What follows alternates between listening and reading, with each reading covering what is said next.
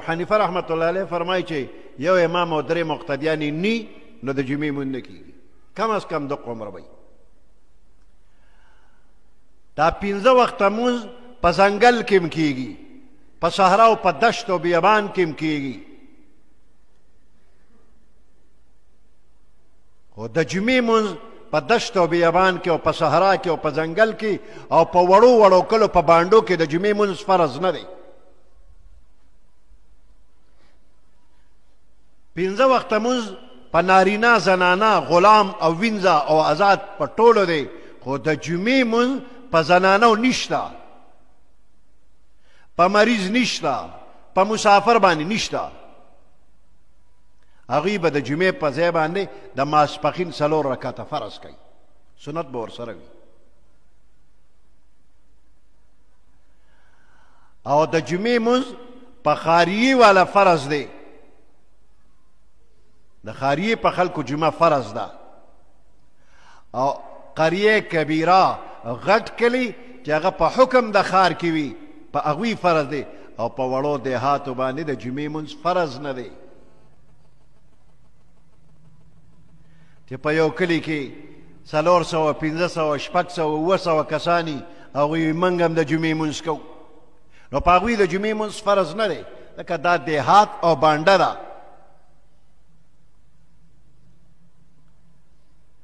کم از کم چې 1500 انسانان نارینه زنانه لوی واړه په یو کلي کې یو ځای اوسیږي، دکانونه پکې وي، ضروریات پکې ملاویږي، نو دا قریه کبیره حسابیږي، غټ کلی. او بیا په دې کې لکه د خاریې په شانتې د جمعې مونځ شته.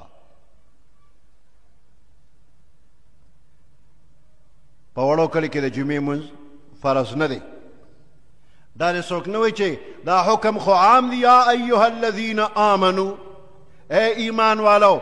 نو ایمان والو کې خو ښځه ده، په ښځه د جمعې مونځ نه دی فرض. ایمان والو کې غلام دی، په غلام خو د جمعې مونځ نه دی فرض.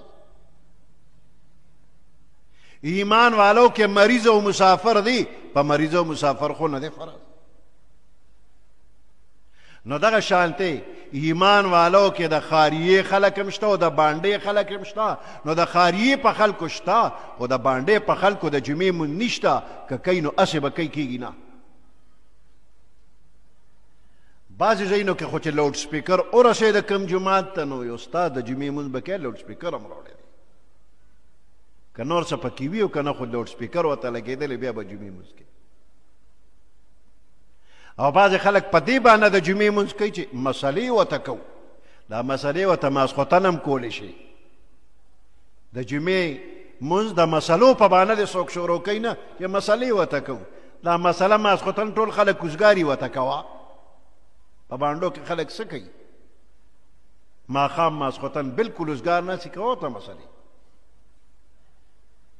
نو چې کوم ځای د جمعې مونځ فرض نه دی او خلک یې کوي، د هغوی غاړه بنده ده. ماسپښین 4 رکعته فرض دا په دوی قرض دی، دوی ګناهګار دي په دې چې ولې فرض مونځ پرېښی دی.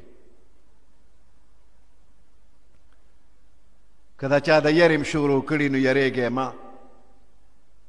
که ډېر زیات مجبور یو د هغه سره د جمعې مونځ کې، نو د جمعې مونځ دې شوی نه دی، د نفل کړي، خو 4 رکعته فرض وکړه چې د ماسپښین غاړه دې خلاصه شي.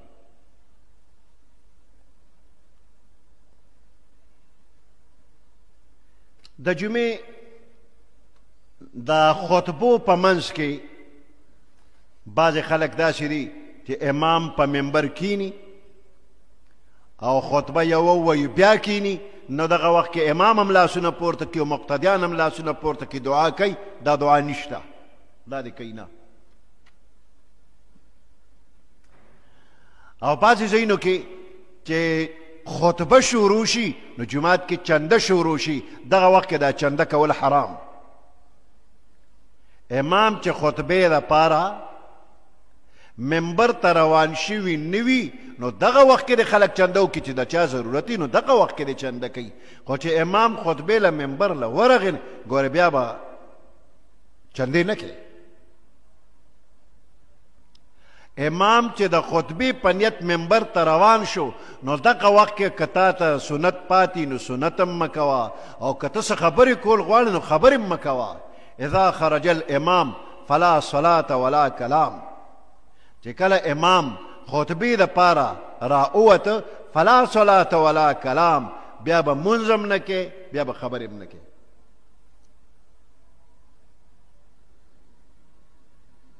چې د جمعې مونځ وشو نو بیا د هغې نه پس دعا به کې. یو صحابي پیغمبر علیه السلام ته راغلی جمعې نه غیر خبره کوي. د الله محبوب وي دکان کومه دکاندار یم، خو کله کله داسې وشي چې ګاهک راشي نو ما سره سودا نه وي چې سودا والا ورکمه، او کله کله داسې وشي چې سودا وي خو ګاهک نه راځي، او کله داسې وي چې سودا هم را سره شته او ګاهک هم راشي خو برکت پکې نشته. دا دکانداري مې لږه ښه شي نو دې دپاره څه وکړمه. او دا د ټولو دکاندارو مسله ده چې کله پیسې نشته دکان کې مې سودا نشته، او کله وی سودا شته خو ګاهک نشته، او کله سودا هم شته ګاهک هم شته خو بې برکته دی قرضدار یم. نو دته اوس پیغمبر علیه السلام وظیفه ښیي، وی دم علی الصلاة و دم علی الطهاره، دوام کوه په مانځه باندې، همیشه مونځ کوه او همیشه اودس کې اوسېږه. دکاندار دی همیشه اودس کې وي او د مانځه د پابندي کوي. مانځه ته اهمیت ورکه، ستا دکانداري به ښه وي، ګاهک به هم وي، سودا به هم وي، برکت به هم پکې وي.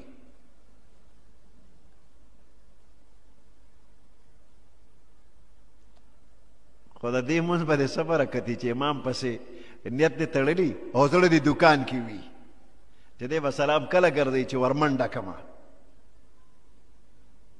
سلام ګرځولو سره خو چې یو طرف ته سلام وګرځو نو دی د صفه بیا وتلي، دویم سلام جوړ دکان کې ګرځوي.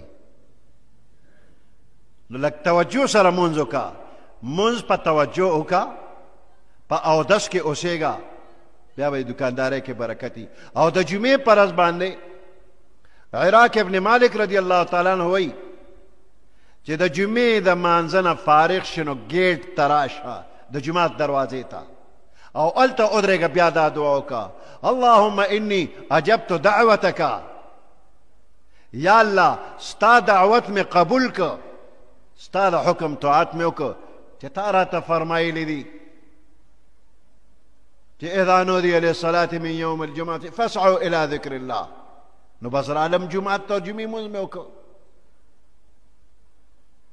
او د هغې نه پس الله فرمایي اذا قضیت الصلاة فانتشروا، زی خواره شئ په دې دنیا کې کاروبار دپاره، وابتغوا من فضل الله، فضل د الله غواړه. نو اللهم انی